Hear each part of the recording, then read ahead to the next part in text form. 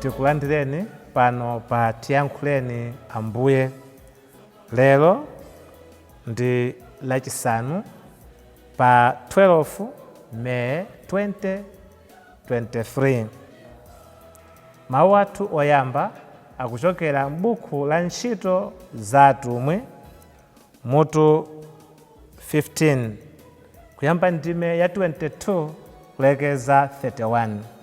Amene akutiwerengera mawu oyamba ndi Leo Chimtengo, wophunzira pa St. Paul the Apostle Seminary mu Diocese ya Mangochi. Ndipo salimo yathu ndi salimo 57. Mthenga wabwino uchokera mu uthenga wabwino wolembedwa ndi Yohane mutu 15 kuyamba ndime ya 12 kulekeza 17.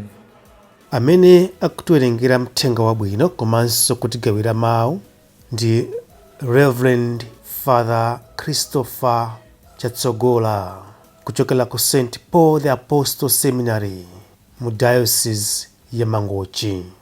Mawu oyamba.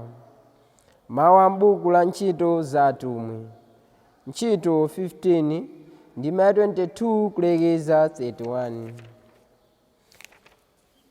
Pamenepo atumwi ndi akulu a mpingo pamodzi ndi mpingo wonse adavomerezana kusankha anthu ena pakati pawo kuti awatume ku Antiokeya pamodzi ndi Paulo ndi Barnabasi. Adasankha Yudasi wotchedwa Basabasi ndiponso Silasi, anthu aulemu pakati pa abale, kuti akapereke kalata yonena kuti, abale, ife atumwi pamodzi ndi akulu a mpingo tikuti moni inu abale aku Antiokeya, aku Silai ndi aku Siriya, amene simuli Ayuda. Tamva kuti anthu ena ochokera m'gulu la anthu akhala akukuvutitsani ndi kukusokonezani m'maganizo. Amenewo sitidawatume ndife ayi. Tsono titasonkhana tavomerezana kusankha anthu ndi kuwatuma kwa inu. Adzabwera pamodzi ndi okondedwa anthu Basabasi ndi Paulo, amene adzadzipereka kuti atumikire Ambuye athu Yesu Khristu. N'chifukwa chake tatuma Yudasi ndi Silasi kuti adzafotokozereni pakamwa zimene talemba m'kalatayi. Maganizonso a anthu agwirizana ndi Mzimu Woyera kuti tisakusenzetseni katundu wina kupatula zofunika zokhazo. Musamadye zakudya zimene zidaperekedwa nsembe kwa mafano. Musamadye magazi kapena nyama yochita kupotola. Ndiponso musachite dama. Mukalewa zimenezi mudzachita bwino. Tsalani bwino. Tsono otumidwa aja adanyamuka nafika ku Antiokeya. Adasonkhanitsa mpingo wonse napereka kalata ija. Pamene iwo adayiwerenga, adakondwa chifukwa cha mawu ake olumbikitsa. Mawu a Ambuye. Tithokoze Mulungu. Ambuye akhale nanu, akhalenso ndi mzimu wanu. Mawu a mthenga woyera monga adalembera Yohane woyera. Ulemu kwa inu Ambuye. Yohane mutu 15 kuyamba ndime ya 12 kulekeza 17. Pa nthawi yomweyo Yesu adauza ophunzira ake kuti, lamulo langa ndi lakuti muzikondana monga momwe ine ndakukonderani. Palibe munthu amene ali ndi chikondi choposa ichi chakuti nkutaya moyo wake chifukwa cha abwenzi ake. Inu ndinu abwenzi anga ngati muchita zimene ndikulamulani. Sitikutchulaninso antchito ayi, pakuti wantchito sadziwa zimene mbuye wake akuchita. Koma ndikukutchulani abwenzi, chifukwa zonse zimene ndidamva kwa Atate anga ndidakudziwitsani. Sindinutu mudandisankha ine ayi, koma ndine ndidakusankhulani inu. Ndipo ndidakupatulani kuti mubereke zipatso, zipatso zake zokhalitsa. Motero chilichonse chimene mungapemphe Atate potchula dzina langa adzakupatsani. Choncho lamulo langa ndi lakuti muzikondana. Mthenga wa Ambuye. Ulemu kwa inu Ambuye Yesu Khristu. Powerenga kuchokera makalata a Yohane Woyera amanena kuti Mulungu ndi chikondi, ndipo aliyense amene alibe chikondi sangadzitchule kuti ndi mwana wa Mulungu. Zimandikondweretsa kwambiri ndikamayendetsa galimoto, ndiye ukakhala kuti kutsogoloko kuli atrafiki amene ali ndi kamera, msewu wonse anzako amakhala akukuchenjeza, akukuyatsira magetsi kuti kuli atrafiki kutsogoloko. Ndipo atrafiki akagwira munthu mmodzi, ndiye kuti msewu wonsewo anthu akhala akuchenjezana agwira mmodzi yemweyo, chifukwa msewu wonse akhala akuchenjezana kuli atrafiki uko. Ndiye chikondi cha drivala, cha madraivala ndiziti chimandisangalatsa, chifukwa chimakhala chikondi chenicheni chosafuna kuti wina agwe nzovuta, chofuna kuti munthu aliyense akhale pabwino, osati mavuto amene andigwera ine ndi agwerenso awo. Chikondi chenicheni. Kapenanso anthu ena amene amandisangalatsa kwambiri ndi azimayi. Mona kuti m'banja abambo kugwidwa akuchita zosayenera ndi amayi ena, kuwayitana pabwera mulandu pano ati akugwirani, bambo acha kuvomera izona. Kwafunsa amayi, ndiye mukuti bwanji? Ndamunanga. Kugwidwa no mzimayi, na Yesu wafoka wagwidwa, kumuyitana mzimayi abwera ku ofesi ati mwagwidwa izona bambo. Abambo mukuti bwanji?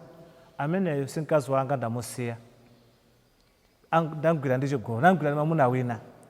Choncho chikondi chenicheni chimandisangalatsa ncha azimayi amene ali pabanja, azimayi ake amene ngakhale mwamuna wawo aledzere, adzinunkha fungo la mowa, akagona nayebe chipinda chimodzi, pabedi pamodzi. Ngakhale agwidwe ndi amayi ena avomerabe ndamunanga. Ngakhale tsiku limenelo asagule ndiwo pa nyumbapo, koma ngati anena zija nzona alibe ndalama pano, akabwera awalandirabe ndamunanga.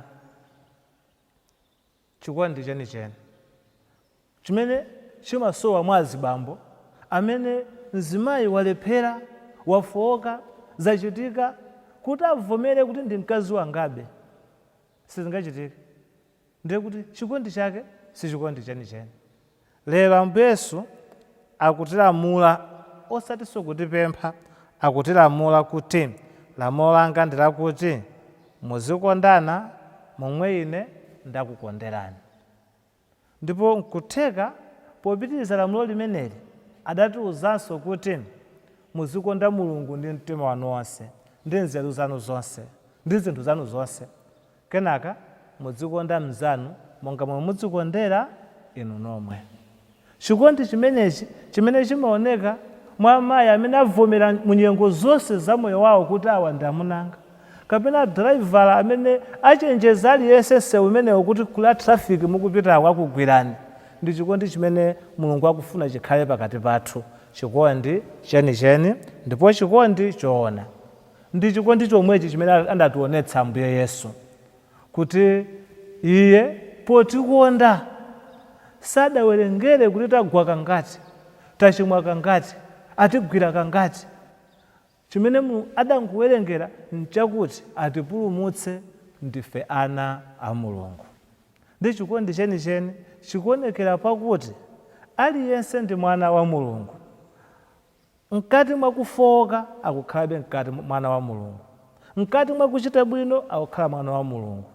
Choncho Mulungu afuna kuti tizikondana mosawerengera nyengo, osakondana chifukwa nyengo zili bwino, koma ngakhale pamene nyengo zasintha.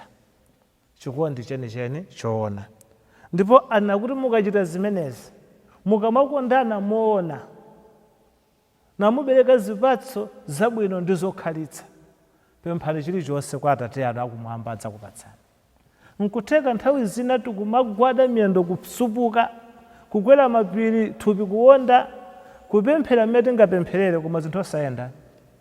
Pa chinthu chimodzi chimene nkutheka chalakwika, mumakapempha Mulungu koma kwinako mutasunga chidani ndi anzanu. Nde Mulungu angakupatseni bwanji madalitso anu chikhalirecho inu mukulephera kuonetsa chimene mukupempha kwa Mulungu. Ndi chifukwa chakenso ngakhale pemphero la Atate athu tikamapemphera limandisangalatsa. Timanena kuti mutikhululukire ife zochimwa zathu monga ifenso tiwakhululukira adani athu. Chikutanthauza kuti chani? Ngati mufuna kuti Mulungu akukhululukireni, muyambe inuyo kuwakhululukira anzanu. Pali kusinthana kwa zinthu. Inu mwakhululukira anzanu, pitani kwa Mulungu mukapemphe chikhululukiro. Inu simunawakhululukire ndi muzikana kuti Ambuye mutikhululukire, sizingatheka. Kodi sipachadatiwuza kuti pamene mukupita kukapereka nsembe yanu muzindikira kuti nzanu muli naye ndi kanthu, musiye nsembe zanuzo pambali, kenaka mupite mukayanjane ndi nzanu, kenaka mubwere mudzapereke nsembe zanu. Mungapite bwanji mwakapempha kwa Mulungu pamene Mulungu amene akuonekera mu zolengedwa zake simudamukonde mwa zolengedwa zakezo, simudamukonde mwa munthu amene walengedwa mu chithunzi ndi chifanizo chake cha Mulungu, simudamukonde ndi mufuna Mulungu akupatseni zaulere, mufuna Mulungu akuchitireni favor, Mulungu akukondereni. Chikhalirecho inu mukulephera kuchita zomwezo kwa munthu nzanu. Ndi chifukwa chake Ambuye Yesu lero akunena kuti lamulo langa ndi lakuti muzikondana. Mukakondana pemphani chilichonse kwa Atate anu akumwamba potchula dzina langa adzakupatsani ndithu. Zinthu ziwiri zimene nkutheka zasunga dalitso lanu. Koyambirira hypocrisy. Mumafuna kuti muoneke abwino kwa Mulungu koma musali abwino kwa anthu anzanu. Mumafuna kuti mukondedwe ndi Mulungu ndi mtima wanu wonse. Mulungu akukondeni, akupatseni zinthu, ayankhe mapemphero anu. Chikhalirecho simuwakonda anzanu, ndi mapemphero kuti Mulungu akuchitireni zimenezo. Ambuye Yesu akunena kuti motero chilichonse chimene mungapemphe Atate anu potchula dzina langa adzakupatsani. Choncho lamulo langa ndi lakuti muzikondana. Inu ndi ine lero tikupatsidwa challenge kuti kodi timamukonda Mulungu, ndipo pomukonda Mulungu paja timawakonda anzathu. Tingakonde bwanji Mulungu amene sitimuona ndi maso pamene sitikonda munthu amene walengedwa mu chithunzi ndi chifanizo chake? Tingakhululukidwe bwanji ndi Mulungu pamene sitikhululukira m'bale wathu amene yambana naye kalekale? Tingalandire bwanji madalitso a Mulungu ndi m'manja mwakuda, m'manja mosalapa, m'manja mokuda ndi mkwiyo, m'manja mokuda ndi zidani ndi anthu anzathu? Zimandisangalatsa pena udzamva nsembe yakulalikadalika, tizikondana, tizikhululukirana, tizichitirana zinthu zabwino. Koma nkutheka funso, inu mumakondana, mumakhululukirana? Chimene chili challenge kwambiri mwina kwa ife anthu a Mulungu, kuyika zimene timayankhula mu ntchito za tsiku ndi tsiku. Tidalika bwino inde, tiwauza anthu muzikondana, koma inuyo mumakonda aliyense monga mmene Mulungu akadakondera. Tizikhululukirana, inuyo mulibe munthu amene ndi mdani wanu, amene mpaka na lero simunamkhululukire. Mwayenda naye kuchoka tsiku limene munalandira ordination mpaka na kudzafika tsiku la lero. Kama tsiku limene munalumbira kumalumbira nthawi zonse, kudzafika tsiku la lero simunakhululukirebe, ndiye mufuna Mulungu achitireni zinthu zabwino. Tiyeni pofika pamaso pa Mulungu tifike opanda chotitsutsa, kuti tawakonda anzathu ndiponso takonda Mulungu, tawakhululukira anzathu ndiponso tapempha chikhululukiro kwa Mulungu. Tili woyera motere, pemphani ndipo mudzalandira, funafunani ndipo mudzapeza, gogodani ndipo adzakutsekulirani. Amen.